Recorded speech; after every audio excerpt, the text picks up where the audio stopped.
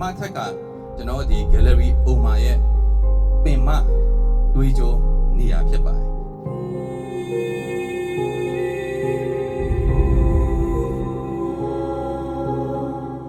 အဲ့ဒီအုံမာဟာပကြီးကားကိုစုရဲ့အခါမှာပကြီးဆရာတယောက်ရဲ့ပကြီးကားကိုအများပြားစုရမှာမဟုတ်ဘဲနဲ့ပကြီးဆရာတယောက်ရဲ့အကောင်းဆုံးလက်ရာလို့ယူဆရတဲ့ပကြီးကားကိုညီချာလေးစီစစ်ရွေးချယ်ပြီးစုဆောင်ခဲ့ပါတယ်သူဟာမြမပကြီးစိတ်ကဲပြောင်းလဲမှုတမိုင်းကြောင်းကို